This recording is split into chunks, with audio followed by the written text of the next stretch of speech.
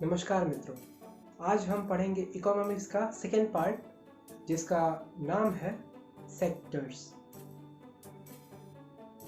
Of Indian economy. Sectors of Indian economy. तो हम अपने चारों ओर बहुत सारे एक्टिविटीज़ को होते हुए देखते हैं। आप एक क्षण के लिए बाजार में तो उतरिए, उसके बाद देखिए 1 मिनट में क्या क्या हो जाती है, सामने कितना सारा ट्रेड हो जाता है, कितनी सारी एक्टिविटीज़ होती है। तो अब इनको थोड़े, अब हमारा नेचर क्या है, ह्यूमंस का ऑब्सेशन क्या है कि वो हर चीज़ को समझना चाहते हैं और समझने के लिए वो हर चीज़ को क्लासीफाई कर देते हैं कुछ खास कैटेगरीज में, कि एक कैटेगरी को पढ़ लिया तो उस कैटेगरी में जो जो आ रहा है सब उसी तरह के होंगे, दूसरे कैटेगरी को पढ़ लिया तो उस कैटेगरी में जो जो आ रहा है सब उसी तरह के होंगे। तो उसके लिए हमने कैटेगरीज बनाई। अब कैटेगरीज हमने बनाई हैं 3 अभी, एक किसी खास क्लासिफिकेशन की तरह कि कैसे हमें क्या ऑब्टेन होता है, जो हमारा सोर्स क्या है, सोर्स के बेसिस पे हमने 3 कैटेगरीज बनाई और इन तीनों कैटेगरीज को सेक्टर कहते हैं। पहले कैटेगरी में आता है आपका agriculture, fishing, animal husbandry, mining, ये सब चीज़ें आती हैं। तो ये सब में हम देखते हैं कि सब कुछ नेचर से ऑब्टेन होता है और नेचर ही हमारा प्राइमरी चीज़ है। तो हम इसका नाम रखें प्राइमरी सेक्टर या फिर agriculture and other related sectors, मतलब इनसे जो रिलेटेड, एग्रीकल्चर से रिलेटेड है। उसके बाद आता है एग्रीकल्चर से, अब मानिए हम आलू हुआ तो आलू का मतलब बाजार में गया, आलू बेचाया, उसके बाद उसको कंपनी खरीद लिया और उसका आलू का चिप्स बना दिया, लेज वाला। खैर उसमें उतना होता नहीं है, लेकिन आलू का चिप्स बना दिया लेज वाला। तो अब वो क्या हुआ, आलू था उसका चिप्स बन गया। तो यहाँ पर हम क्या देखें, यहाँ पर एक अलग तरह का प्रोसेस हो गया। यहाँ पर मैन्युफैक्चर किया गया एक नए चीज़ को प्राइमरी सेक्टर से, ठीक है ना। इसको हम लोग इंक्लूड करते हैं अंडर सेकेंडरी सेक्टर, जहाँ पे कि मैन्युफैक्चर होता है, प्रोड्यूस होता है प्राइमरी सेक्टर से लेकर सामान को। प्राइमरी सेक्टर से हम रॉ मटेरियल लेंगे और सेकेंडरी सेक्टर में हम उसको प्रोड्यूस करेंगे, उसको एक नया फॉर्म देंगे। हम ज्योग्राफी में पढ़ेंगे कि कितनी तरह की फैक्ट्रीज होती हैं, इंडस्ट्रीज होती हैं, उसमें भी हम देखेंगे। जैसे अब खेत से ईख जाता है फैक्ट्रीज में और उससे क्या क्या बन जाता है, गुड़ बनता है, खांडसरी बनता है और चीनी बनता है। बहुत सारी चीज़ें बन जाती हैं और चीनी के भी अलग अलग प्रकार बनते हैं। तो ये सब मतलब देखिए गुड़ ईख कैसा है, उसको गुड़ बनाएंगे और उसे चीनी बनाएंगे। देखिए ये किस तरह उनको मैन्युफैक्चर किया गया, एकदम बदल दिया गया प्रोडक्ट को। तो इसे कहते हैं सेकेंडरी सेक्टर। ये सब सेकेंडरी सेक्टर के अंतर्गत आता है। अब प्राइमरी सेक्टर, सेकेंडरी सेक्टर, अब हम देखेंगे, जैसे ईख का एग्जांपल लेते हैं। तो ईख हो गया खेत में, उसके बाद उसकी कटाई हुई, ठीक है, पक गया, उसके बाद उसको लेकर सेकेंडरी सेक्टर के पास जाता है, इंडस्ट्रीज के पास जाता है। तो कौन लेके जाता है, ट्रक्स से लाद के ले जाता है, ट्रैक्टर पे लाद के ले जाता है कि नहीं है? तो ये हो गया आपका टर्शियरी सेक्टर, तीसरा टर्शियरी सेक्टर।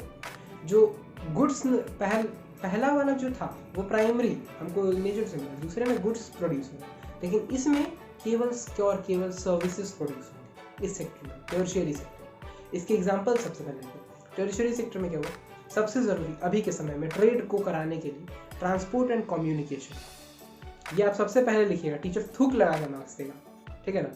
इसके बाद आया और क्या हो सकता है टर्शियरी सेक्टर में, कॉल सेंटर्स जैसे हो गए, अभी के समय में बहुत ज़्यादा डेवलप हो रहे हैं। आईटी से हो गया हमारा।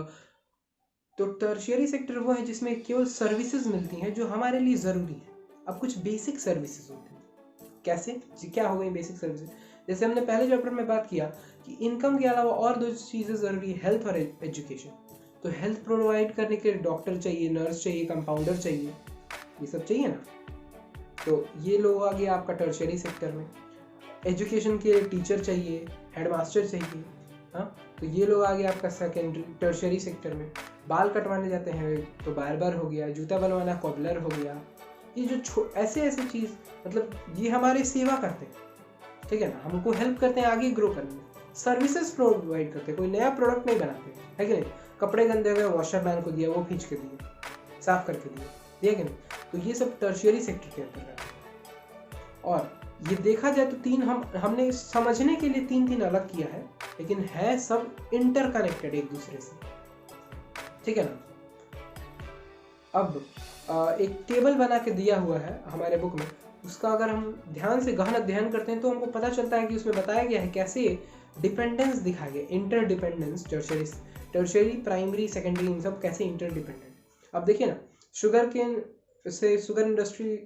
केन जो फील्ड है वहाँ से शुगर इंडस्ट्री बने जाए।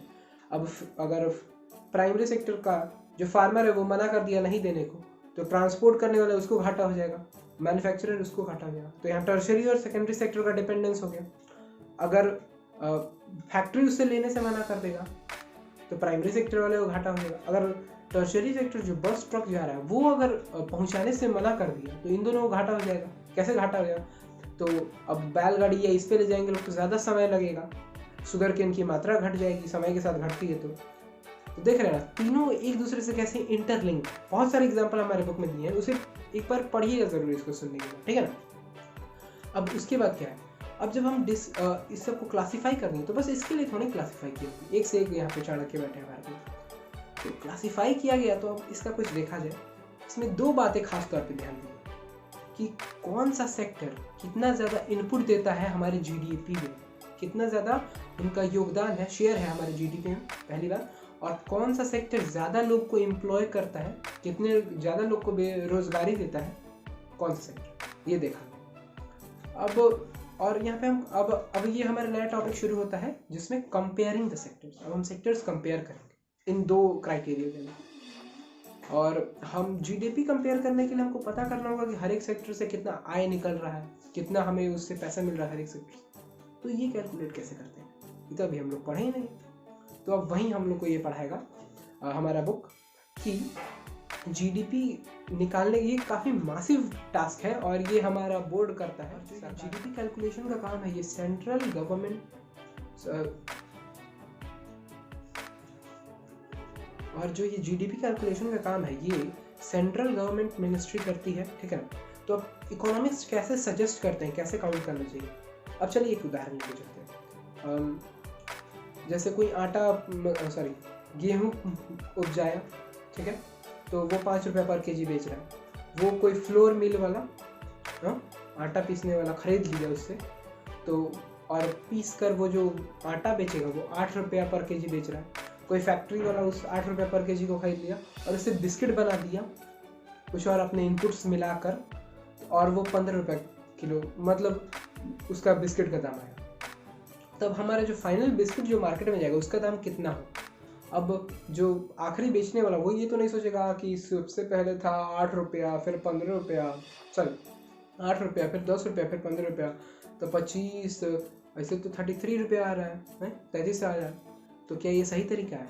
नहीं, ये सही तरीका नहीं है कि हम हर एक स्टेज का ऐड करें। नहीं, जो फाइनल प्रोडक्ट बना उसमें वो पहले का ऐड हो गया था। 8 रुपया से बना वो 10 रुपया, 10 रुपया से बना वो 15 रुपया, तो बिकेगा कितना में पर पैकेट जो होगा बिस्किट का, वो कितने में बिकेगा?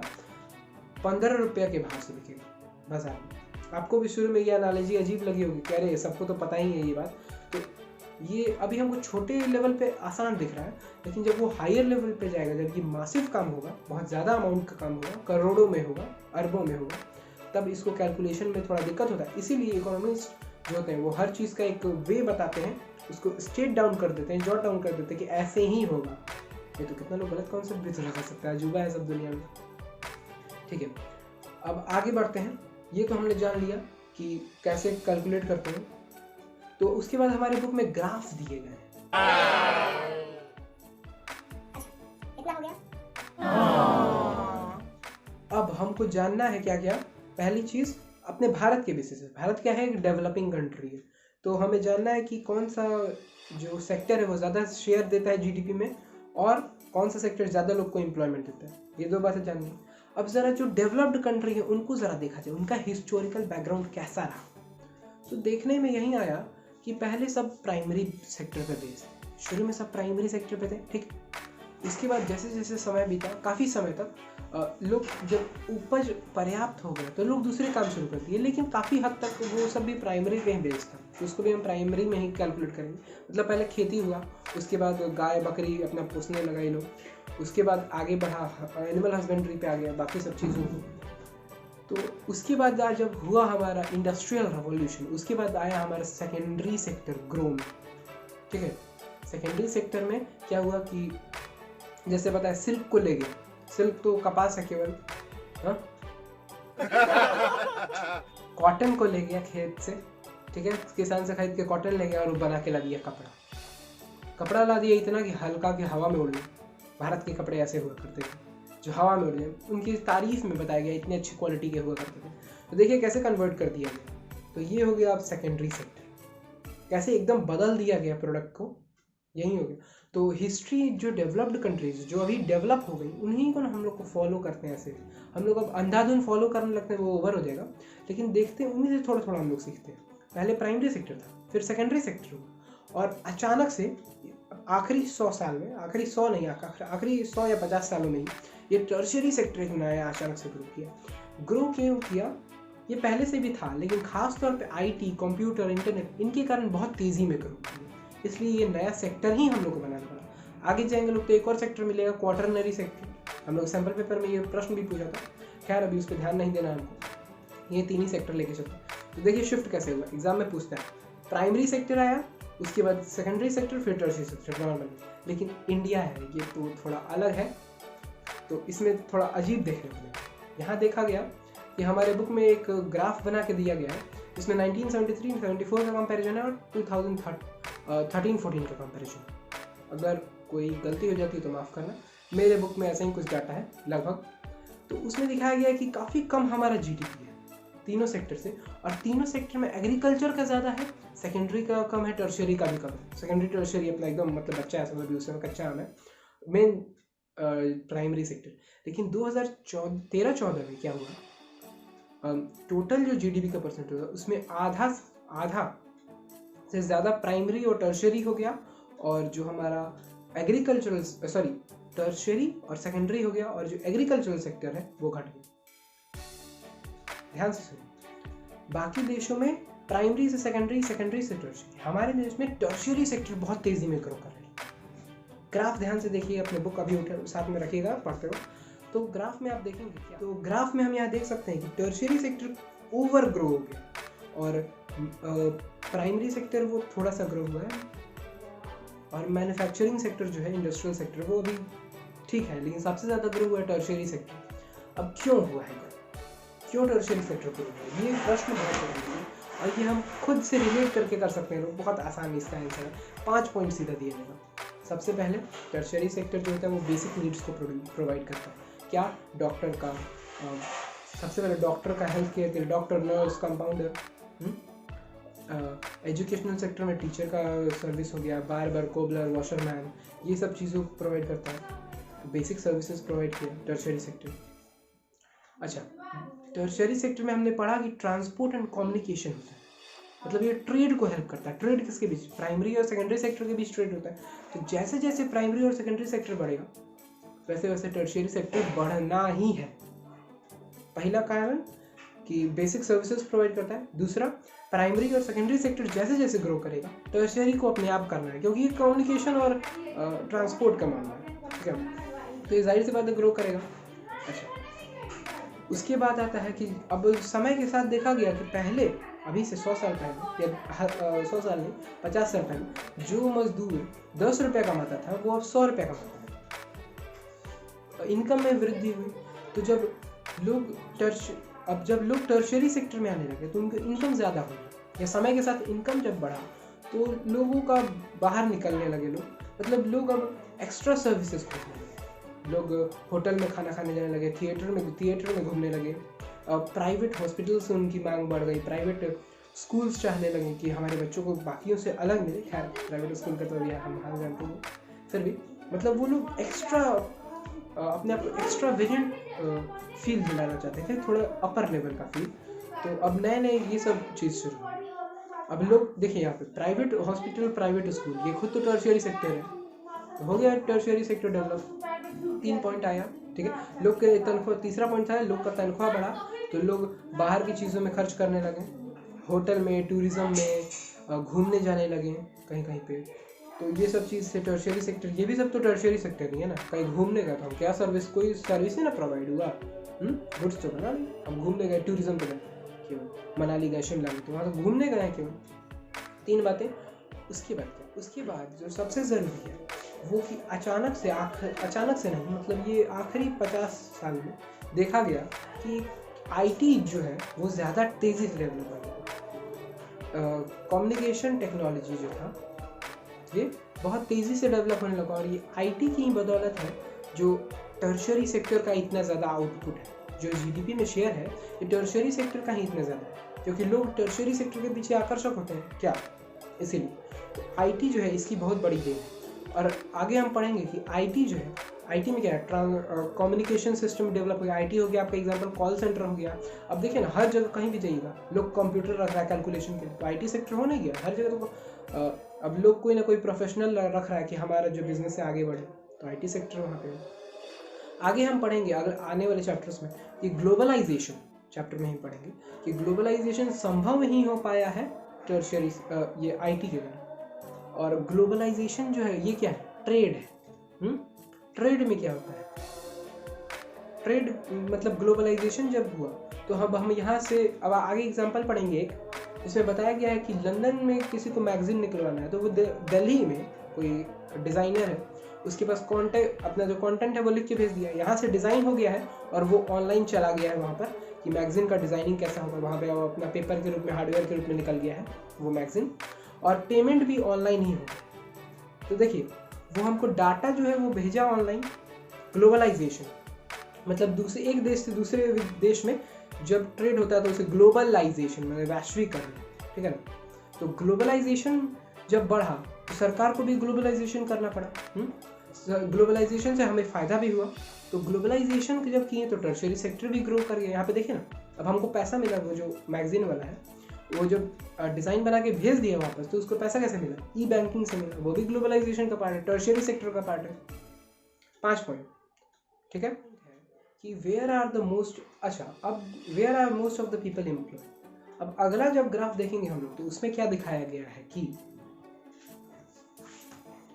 ग्राफ में दिखाया गया 1972-1973 का कि एग्रीकल्चर सेक्टर में 74% लोग हैं, मैन्युफैक्चरिंग सेक्टर में 11% और टर्शियरी सेक्टर में 15%।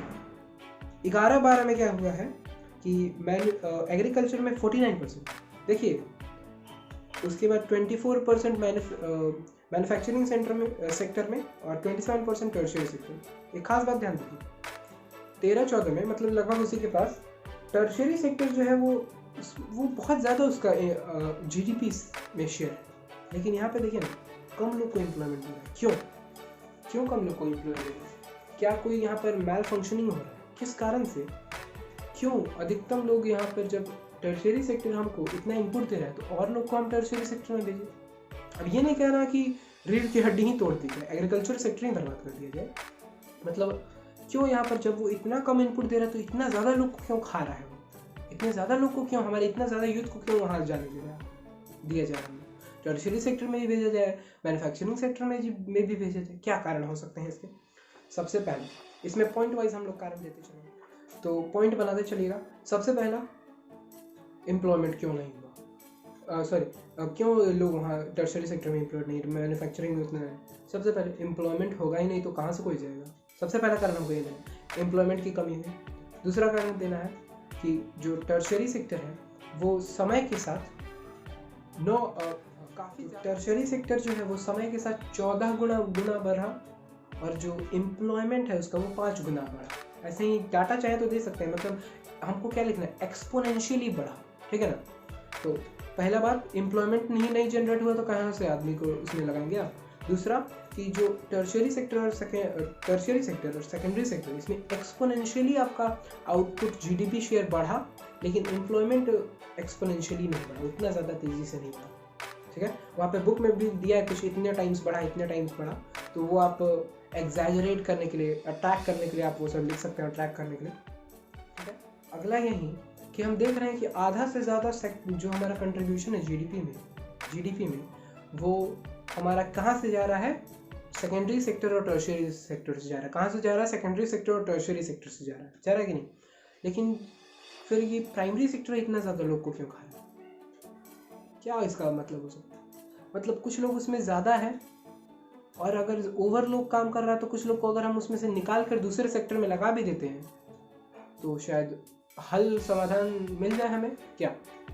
और हाँ, यही बात ही है कि अनएम्प्लॉयमेंट देखने को मिला गया है टर्शियरी सेक्टर में। जो लोग एम्प्लॉयड दिखते हैं, इसे हमने पिछले क्लास में पढ़ा था, डिसगाइज्ड अनएम्प्लॉयमेंट। डिसगाइज्ड अनएम्प्लॉयमेंट खास तौर पर रूरल एरियाज में होती है, अर्बन में भी होती है, रूरल में भी होती है। तो रूरल एरियाज में कहाँ होती है? रूरल एरिया मतलब हम सीधा रेफर करेंगे एग्रीकल्चर सेक्टर। कोई परिवार है, 8-9 जन का है, अब सब कोई छोटा सा फील्ड है, उसी में काम कर रहे हैं। तो हमें दिखेगा कि सब काम कर रहे हैं, लेकिन up to potential, up to जो स्ट्रेंथ होता है वो सभी काम नहीं कर रहे हैं, सब थोड़ा बहुत कर रहे हैं। तो उसका उपाय क्या है? अगर वहाँ से कुछ लोग हम हटा के कहीं और लगा दें तो अब 5 आदमी से काम हो जाएगा। 4 आदमी और निकाल के, चाहे 2 आदमी और निकाल के कहीं और लगा दें, तो हमारा परिवार का इनकम भी बढ़ गया और आउटपुट वैसा का वैसा ही रहा। मतलब आउटपुट हमको मिल रहा है और इनकम भी बढ़ गया, हुआ कि नहीं? तो यही चीज़ देखा गया डिसगाइज्ड अनएम्प्लॉयमेंट। मतलब when the number of persons involved in a work is more than that of required, it is the people are said to be disguised unemployed। मतलब जितना आवश्यकता है उससे ज़्यादा लोग एम्प्लॉयड है तो वो डिसगाइज्ड अनएम्प्लॉयमेंट, छिपा हुआ अनएम्प्लॉयमेंट हो गया। जैसे हमने पढ़ा ये सीजनल अनएम्प्लॉयमेंट, तो वो एग्रीकल्चर में सीजन पे आता है, लीन पीरियड के वक्त आता है। एजुकेशनल अनएम्प्लॉयमेंट वो यूथ में देखने को मिलता है। और ये एक है डिसगाइज्ड अनएम्प्लॉयमेंट। डिसगाइज्ड अनएम्प्लॉयमेंट गाँव में तो देखने को मिलता है, शहरों में कहाँ मिलता है? तो शहरों में ये मिलता है आपको कैजुअल वर्कर्स के रूप में, जो हॉक वर्कर्स हैं, डोर टू डोर वर्कर्स हैं, जिनको मतलब अब जैसे जो ठेला वाला है सब वो दिन भर घुमाएगा, सब जगह जगह घूमेगा सब। कोरोना काल था, कोरोना काल के बाद ही था जब खोला सब कुछ, तो अब दिख रहा है हमको दिन भर घूम रहा है, लेकिन बिक रहा है कि नहीं बिक रहा वो भी तो ज़रूरी है ना। दिन भर आप अपना समय लगाएं, लेकिन 5 ही 10 पैसे का फायदा हुआ तो कुछ खास उससे मतलब नहीं हुआ, है कि नहीं? और कोई थोड़ा ही देर लगाता है, ज़्यादा कमा लेता है, तो वो ज़्यादा प्रोडक्टिव हुआ कि नहीं? तो हमारे बुक में ये एग्जांपल देके समझाया भी गया है। तो अब कि कैसे एक फैमिली है, वो फार्मर्स वाला मतलब काम कर रहे हैं एक फील्ड में, तो कुछ लोग अगर वहाँ से निकल के दूसरे सेक्टर में काम करने लगे, दूसरे सेक्टर में नहीं तो दूसरी चीज़ों में लग गए, तो वो भी फ़ायदेमंद होगा, इनकम बढ़ेगा और एग्रीकल्चर आउटपुट उतना का उतना ही रहेगा। ठीक है, अब अगला पॉइंट है हाउ टू क्रिएट एम्प्लॉयमेंट। यहाँ पे समस्या यही है कि एम्प्लॉयमेंट हमारे पास नहीं है, तो फिर करें क्या? अब कैसे एम्प्लॉयमेंट बढ़े? ठीक है, इसमें पॉइंट हाँ, और क्या कर सकती है सरकार? सरकार क्या कर सकती है? टर्शियरी सेक्टर को इम्प्रूव करें। मतलब अब किसान जो है वो अपना उगा रहा है क्रॉप, ठीक है, तो अब रोड्स बनवा दे, ट्रांसपोर्ट में कुछ लोग को लगा दे, ताकि वो आएगा ले जाएगा, रोड बनवा देगा तो शहर तक पहुंचा देगा सामान। ठीक है, उससे क्या होगा कि जब सब अधिकतम मतलब जो पहले क्या होता है, गांव में अगर सब ज़्यादा उपज हो गया, गांव में ही रह गया, तो दाम घटेगा। अब कुछ सामान अगर हमारा चल गया बाजार में, तो जो ले गया उसको ही फ़ायदा, ट्रांसपोर्टेशन का चार्ज वहाँ पे गया, तो यहाँ पे कुछ सामान कम हो गया, नॉर्मल रेट हो जाएगा, यहाँ पे भी रेट एकदम गिरेगा नहीं। ये तो जैसे अभी कोरोना काल के वक्त था, गाँव में पैसा में बिक रहा था सामान, ठीक है ना, बहुत सस्ता बिक रहा था, और शहर में जो था कहीं कहीं कमी हो गया, जहाँ पे आसपास खेतियार इलाका नहीं था। तो ये सब देखने को मिल रहा है। तो रोड्स बनवा देगी, ट्रांसपोर्टेशन कॉस्ट वहाँ पे घटे, मिल जाएगा उस आदमी को जो काम कर रहा है, वहाँ पे लोग लग गया, साथ ही साथ यहाँ पे दाम भी नहीं घटा आपका एग्रीकल्चर का, ये हो गया। उसके अलावा क्या कर सकते हैं सरकार बैंक जो है, ये भी हम लोग तीसरा पार्ट में पढ़ेंगे, तो बैंक खुलवाए, वो भी गांव में बैंक खुलवाए, और उसको बैंक को प्रेरित करे कि वो गरीबों को भी दे, और एंटरप्रेन्योर जो लोग कोई बिजनेस शुरू करना चाहते हैं उनको बैंक जो है वो रीजनेबल रेट पे लोन दे, ताकि वो बिजनेस शुरू करेगा तो घर से दूसरा काम करेगा। अब कोई दुकानदारी ही शुरू कर दिया, दवाई का दुकान खोल लिया गांव में ही, तो अच्छी बात है ना, वो क्या, ये सब हो गया। पांचवा क्या हो सकता है कि कुटीर उद्योग शुरू कर दे। कुटीर उद्योग मतलब लोकल इंडस्ट्री शुरू कर दे, स्मॉल मैन्युफैक्चरिंग इंडस्ट्री शुरू कर दे। ठीक है, अब इसको हम लोग और समझेंगे, शुरू से देख लेते क्या क्या था। पहला, गवर्नमेंट इस पे कुछ काम करे, इसका वेज ढूंढे कि एम्प्लॉयमेंट कैसे जनरेट किया जाए, और इसके लिए गवर्नमेंट बहुत सारी स्कीम्स भी निकाली है। कुछ स्कीम्स का नाम दे भी सकते हैं आप, प्रधानमंत्री रोजगार योजना, SGSY हो गया। अच्छा, उसके बाद एग्रीकल्चर सेक्टर इटसेल्फ उसी में रोजगार उत्पन्न करे। तीसरा क्या होगा, एग्रीकल्चर सेक्टर में ही करे, और उसके बाद रोड्स बनवा दे ताकि ट्रांसपोर्टेशन और कम्युनिकेशन को मजबूत करे। चौथा क्या हो सकता है? चौथा क्या था हमारा? सोचिए, बताइए।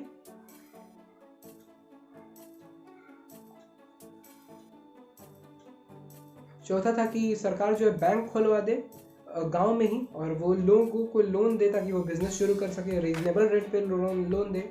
अच्छा, और उसके बाद कुटीर उद्योग पांचवा जो था, कुटीर उद्योग शुरू करे ताकि लोग, अब जैसे उदाहरण के तौर पे दाल, लोग दलहन तिलहन फसल उगा रहे हैं, बगल में एक हम दाल की फैक्ट्री खुलवा देंगे ताकि वहाँ से बना, वहाँ पे प्रोक्योर हो गया, मतलब वहाँ पे प्रोसेस हो गया और वो चल गया अपने बाजार। देखिए वहाँ पे हमारा 5 रुपये किलो वाला दाल निकला, यहाँ पे आया 10 रुपये किलो हो गया, 7 रुपये 8 रुपये किलो का हो गया यहाँ से जब निकलेगा। तो उसका मतलब इन लोग का अब घटेगा भी क्यों नहीं, ऐसा नहीं ना होगा जो पहले वाला हाल था कि जब ज़्यादा चीज़ हो जाएगा तो इन लोगों को कमियों का सामना नहीं करना पड़ेगा। बगल में ही अब खुलवा दिया तो किसान खुद ही जाके दे सकता है कि नहीं, खुद ही जाके वहाँ पे जमा कर देगा और पैसे वहाँ से ले लेगा अपना। कुटीर उद्योग खुलवा दिया, कुटीर उद्योग को प्रमोट कर दिया सरकार। अब जब फसल ज़्यादा हो जाती है तो हम लोग देखते हैं कि आलू जो होता है वो कोल्ड स्टोरेज में रखा था। तो सरकार जो धनी मनी आदमी है उसको थोड़ा और प्रमोट कर, धनी मनी तो ऐसे ही लोग खोलते हैं क्योंकि कोल्ड स्टोरेज खोलने में पैसा लगता है, तो वो प्रमोट करे कि सरकार ही कोई कोल्ड स्टोरेज खोल दे जिसमें लोग जाके अपना जो आलू है या फिर जो भी सब्जी रखना है वो अपना जमा कर दे। यहाँ पे भी एम्प्लॉयमेंट जनरेट हुआ। अच्छा, वहाँ पे हनी कलेक्शन सेंटर कर सकता है, एनिमल हस्बेंड्री को प्रमोट कर दे, लोग गाय रखता ही है, बकरी रखता ही है, तो उससे दूध जो निकल रहा है उसको अमूल जैसे है पॉपुलेशन है सभी किसानों से या फिर जो लोग हैं गांव के वहाँ से कलेक्ट करके सब लोग तक पहुँचाता है, तो उससे भी एम्प्लॉयमेंट बढ़ सकता है। बहुत सारे तरीके हैं, हम लोग खुद से भी इसमें बहुत सारी जो समस्या यहाँ खड़ी की बताई गई है हमारे भारत की कि 51% बच्चे ही स्कूल जाते हैं, मतलब 49% बच्चे स्कूल नहीं जा रहे हैं, 49%। तो वो कहाँ क्या कर रहे हैं, मतलब वो चाइल्ड लेबर कर रहे हैं। ठीक है, तो हम उसके लिए क्या कर सकते हैं, और स्कूल खुलवाएं, और टीचर लगेगा उसमें, और इनपुट्स डालेंगे। जब स्कूल खुलेगा बनवाने के लिए एम्प्लॉयमेंट चाहिए, टीचर आएंगे तो एम्प्लॉयमेंट होगा। देखिए, तो वही नीति आयोग ने एक कमीशन जो थी उसने जब जांच पड़ताल किया कमीशन ने, तो वो ये बताती है कि 20 लाख जनरेट हो सकता है एम्प्लॉयमेंट हमारा एजुकेशन सेक्टर में ही हो सकता है। Education sector itself has the capability to generate और provide 20 lakhs of employment. Tourism को हम बढ़ावा दें, जैसे कोई अच्छा वाइल्ड लाइफ सेंचुरी है उसको और बढ़ावा दें, तो उसमें मतलब हम अपने वाइल्ड लाइफ को सिक्योर रख रहे हैं, उसको कोई हानि नहीं होगी, उसको कोई हानि नहीं होगी, हम उसमें उसी को और प्रफुल्लित कर रहे हैं। अब वाइल्ड लाइफ कितना समय तक चलेगा? अगर वहाँ टूरिज्म हो गया तो उसको वो भी सेल्फ डिपेंडेंट हो गया, वहाँ पे पैसा आ रहा है तो लोग उसको देखभाल करेगा वाइल्ड लाइफ का भी, क्या है कि नहीं? तो वो तो ऐसे मानता हूँ, लेकिन अभी कि वो सेल्फ डिपेंडेंट है, नेचर सेल्फ डिपेंडेंट होता है, लेकिन फिलहाल चारों ओर से तो अभी ह्यूमन से घिर रहा है। तो हो सकता है कि अगर हम उसको घिरवा दें, वाइल्ड लाइफ सेंचुरी के रूप में बनवा दें, तो पोर्चर्स उसको नहीं मार पाए पशुओं को, पक्षियों को, तो वो भी हमारा बच गया। देखिए फ़ायदा है यहाँ पे। और क्या हो सकता है? टूरिज़्म को बढ़ा दे, टूरिज़्म में भी 35 लाख से ज़्यादा एम्प्लॉयमेंट जनरेट किया जा सकता है अगर हम लोग कोशिश करें तो। सब बात आया है जो हमेशा पूछा जाता है, मनरेगा, Mahatma Gandhi national rural employment guarantee act, जो राइट टू वर्क के तहत लागू किया गया था 625 डिस्ट्रिक्ट्स में, जिसमें जो लोग गांव के काम करने को इच्छुक, काम करना चाहते हैं, उनको 100 दिन तक एम्प्लॉयमेंट प्रोवाइड किया जाएगा। अगर नहीं किया गया तो उनको पैसा दिया जाएगा, उसके बदले अलाउंसेस दिए जाएंगे। इसमें वुमेन्स को भी अपॉर्चुनिटी मिलेगी। ये सब इसकी खासियत है, आप पढ़ सकते हैं इसको। आगे बढ़ते हैं। अब हम देखेंगे कि एक और बेसिस पे कैसे हम क्लासिफाई कर सकते हैं, कैसे जो हमारा वर्क है वो कैसे क्लासिफाई, लोग किस हालात में करते हैं, इसके हिसाब से। ठीक, ऑर्गेनाइज सेक्टर हो गया, मतलब ऑर्गेनाइज सब कुछ। ये जो सेक्टर होता है सरकार द्वारा जो rules and regulations laid down दिए गए हैं उसके ऊपर काम करता है। ठीक है, सरकार जो रूल्स एंड रेगुलेशंस को बताया है उसके अंदर रजिस्टर्ड रहते हैं ये ऑर्गेनाइज सेक्टर और उसके नियमों का पालन करते हैं। इसमें हमें उदाहरण देकर हमारी बुक ने बहुत अच्छे से समझाया, तो इसमें मैं पॉइंट सीधा बोलते जाऊँगा। और अनऑर्गेनाइज सेक्टर जो होता है वो छिटपिट रहता है, ये सरकार के रजिस्टर में नहीं रहता और इसको कोई गाइडेंस नहीं फॉलो करना होता। अब जो ऑर्गेनाइज सेक्टर है इसमें क्या होता है कि आपको सैलरी फिक्स रहेगी, आप जब नौकरी ज्वाइन करेंगे तो आपको एक स्लिप मिलेगा जिस पे आपको साइन करना होगा। उसमें क्या बताया जाएगा कि आपको जितने भी ऑर्गेनाइज सेक्टर में जो भी सरकार प्रोवाइड करती है फैसिलिटीज़ ऑर्गेनाइज सेक्टर वालों को, वो सब प्रोवाइड करी क्या क्या है वो। अब सरकार जो है वो आपको मतलब जहाँ पे आप काम कर रहे हैं वो अगर वो ऑर्गेनाइज सेक्टर है तो वो आपको एम्प्लॉयमेंट सिक्योरिटी, गुड वेजेस भी देगी, हॉलीडेज़ भी देगी, मतलब पेड हॉलीडेज़ देगी। अगर आपको कोई बीमारी हो जा रहा है तो मेडिकल हॉलीडे भी देगी। हाँ, टूरिज़्म के लिए भी समय छुट्टी मिलता है शायद। और आपको factory wages act, workers act, इन सब के तहत आपको उसके फ़ायदे भी मिलेंगे। आपके हेल्थ का भी ध्यान रखा जाएगा, ड्रिंकिंग वाटर क्लीन रहेगा, वहाँ पर आपके एनवायरनमेंट को साफ रखा जाएगा। ये सब फ़ायदे हैं, ये सब फ़ायदे हैं ऑर्गेनाइज सेक्टर में काम करने के। और क्या हो सकता है, आप जब रिटायर हो जाएंगे तो पेंशन मिलेगा, ये सब चीज़। वहीं अनऑर्गेनाइज सेक्टर में ऐसा कुछ भी नहीं है। उदाहरण से भी समझाया गया बुक में कि आपका वहाँ अगर आप नहीं गए काम करने तो कोई पैसा नहीं मिलेगा।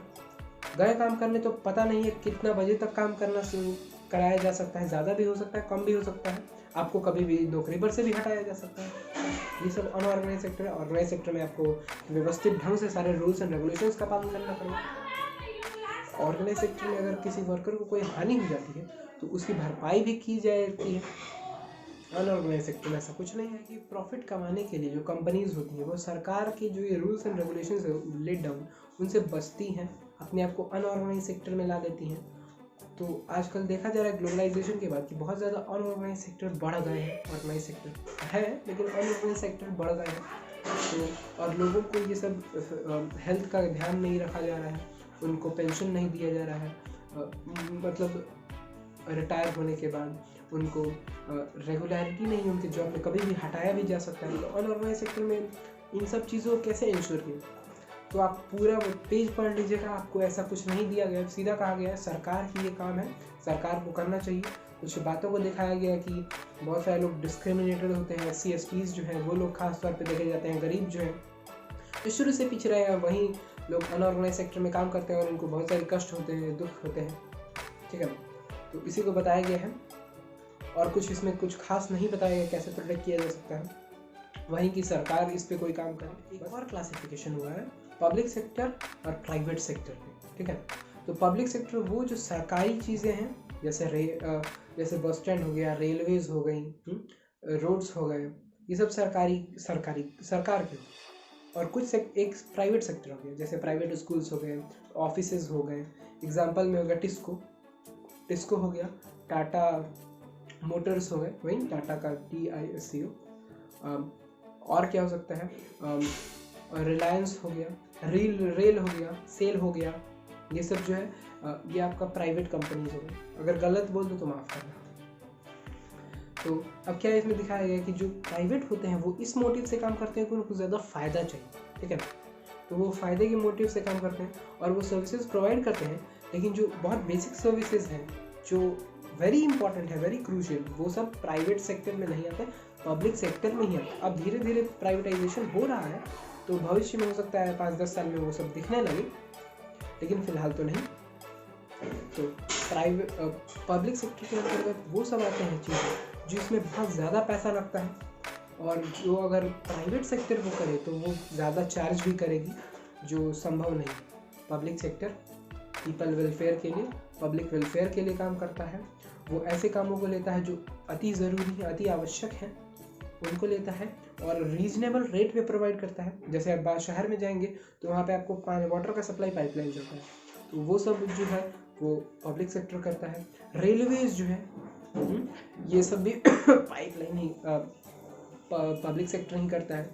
जो ज़रूरी चीज़ें हैं, अब गवर्नमेंट हॉस्पिटल्स हो गए, गवर्नमेंट स्कूल्स हो गए, ये सब पब्लिक सेक्टर करता है। क्यों करता है? क्योंकि वो ये सब रेवेन्यू अपना लेता है, अलग अलग टैक्सेस से जनरेट करता है और उसको यहाँ पे यूज़ करता है। ठीक है, लेकिन प्राइवेट सेक्टर से ये सब नहीं हो सकता। अगर वो करेगा तो शायद वो ज़्यादा रेट चार्ज करे, इसलिए सरकार उससे ये नहीं देता और ना ही वो लोग लेते हैं, इतने उत्सुक होते हैं।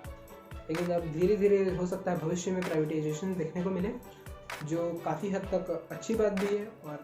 और चैप्टर का अंत यहीं कहा गया है कि हेल्थ और एजुकेशन में अभी इम्प्रूवमेंट की आवश्यकता है, और काफ़ी सारे डाटा दिए गए हैं जिसमें कहा गया है कि भारत में इतने ज़्यादा कुपोषित बच्चे हैं जो कई सारे देशों से भी ज़्यादा है। कुछ ऐसे राज्य हैं भारत में जिसमें इतने ज़्यादा कुपोषित बच्चे हैं जो देशों के परसेंटेज से देखा जाए तो ज़्यादा है, पूरे देश। और यहाँ तो जाहिर सी बात है, यहाँ पे जनसंख्या भी ज़्यादा है, तो इसको भी देखना है। मैं ये नहीं कह रहा सरकार इम्प्रूवमेंट ना करे, सरकार को करना ही चाहिए हेल्थ केयर में और एजुकेशन में। साथ ही साथ ये भी बताया गया कि 1/3 या 1/4 जो बच्चे हैं वो लोग क्रिटिकली इल है, जो बहुत ही बुरी बात, क्योंकि कहा जा रहा है कि अभी जब सारे देशों का एवरेज जो है वो बूढ़ा होते जा रहा है, भारत का भी जो एवरेज है वो 25 या 27 पे है। मतलब भारत का जो युवा है वो अभी, मतलब जो मेन पॉपुलेशन है वो अभी नौजवान है। तो भारत चाहे तो आगे जाकर सुपर पावर बन सकता है, जाइंट बन सकता है, जो पहले हुआ करता था, जो अब नहीं है। लेकिन ये सब बहुत ही डराने वाली बात है कि अभी हमारे पास है एजुकेशन जो है, हेल्थ जो है उतना मजबूत नहीं है। अभी हमारे जो यूथ है वो उतने अच्छे से गाइडेड नहीं हो पा रहे हैं, जो बहुत ही बुरी बात है, मतलब अच्छी नहीं। तो इस पार्ट में पूरा यही समाप्त किया गया है। क्या क्या बताया गया, पहले 3 सेक्टर्स को बांटा गया, प्राइमरी, सेकेंडरी, टर्शियरी, ठीक। उसके डेफिनेशंस दिए गए, तीनों कंपेयर किया गया, किस में कौन जीडीपी में ज़्यादा शेयर करता है, फिर कंपेयर किया गया कौन एम्प्लॉयमेंट ज़्यादा देता है, फिर जीडीपी कैसे कैलकुलेट करते हैं, किसी भी प्रोडक्ट का कैसे कैलकुलेट करेंगे, उसका जो प्राइस होगा वो क्या होगा, तो जो फाइनल कॉस्ट होगा वही उसका मेन प्राइस होगा। फाइनल जो टोटल हम नहीं जोड़ते, केवल फाइनल कॉस्ट को जोड़ते हैं। में वो लाइन दी हुई है, the value of final goods and services produced in each sector during a period a particular year provides the total production of the sector of that year। मतलब the value of final goods and services, final goods and services का हम जोड़ते हैं, total का नहीं जोड़ते। उसके बाद हमने हिस्टोरिकल चेंज पढ़ा कि समय के अनुसार कैसे चेंजेस हुआ। भारत में वैसा नहीं देखने को मिला, भारत में प्राइमरी, उसके बाद सीधा टर्शियरी सेक्टर आगे बढ़ा, क्यों बढ़ा ये कारण हमने जाना। उसके बाद देखा कि डिस्गाइज्ड अनएम्प्लॉयमेंट मिलती है एग्रीकल्चर सेक्टर में। एग्रीकल्चर सेक्टर इतना ज़्यादा कम शेयर देता है जीडीपी में, लेकिन ज़्यादा एम्प्लॉयमेंट देता है। क्यों ऐसा है? तो क्या हमारी वहाँ पे लोग बेकार जा रहे हैं? हाँ, डिस्गाइज्ड अनएम्प्लॉयमेंट के कारण। तो अब कैसे दूसरी जगह जनरेट किया जाए ये हमने जाना। उसके बाद देखा है कैसे जनरेट कर सकते हैं, बहुत सारे कारण बताए, बहुत सारे रीजंस, पॉइंट्स दिए। उसके बाद हमने एक और क्लासिफिकेशन किया ऑर्गेनाइज्ड अनऑर्गेनाइज्ड सेक्टर को, जिसमें ऑर्गेनाइज सेक्टर में फ़ायदा है, ऑर्गेनाइज सेक्टर में घाटा है। घाटा तो नहीं है क्योंकि इनसे भी हमारा बहुत कुछ चलता है जीवन का, लेकिन इनमें लोग को सिक्योरिटी नहीं मिलती जो आवश्यकता है। उसके बाद हमने क्लासिफिकेशन किया पब्लिक सेक्टर, प्राइवेट सेक्टर में, जहाँ पब्लिक सेक्टर पब्लिक वेलफेयर के लिए काम करता है, प्राइवेट सेक्टर केवल पैसे कमाने के मोटिव के लिए। ठीक, यहाँ पे हमारा चैप्टर समाप्त होता है प्रश्नोत्तरों के साथ। और हमारे साथ जुड़े रहने के लिए बहुत बहुत धन्यवाद। अगर हमारी वीडियो पसंद आए तो लाइक ज़रूर करना और शेयर भी कर देना अपने मित्रों के साथ। सब्सक्राइब करना चैनल अगर अच्छा लगे तो। धन्यवाद।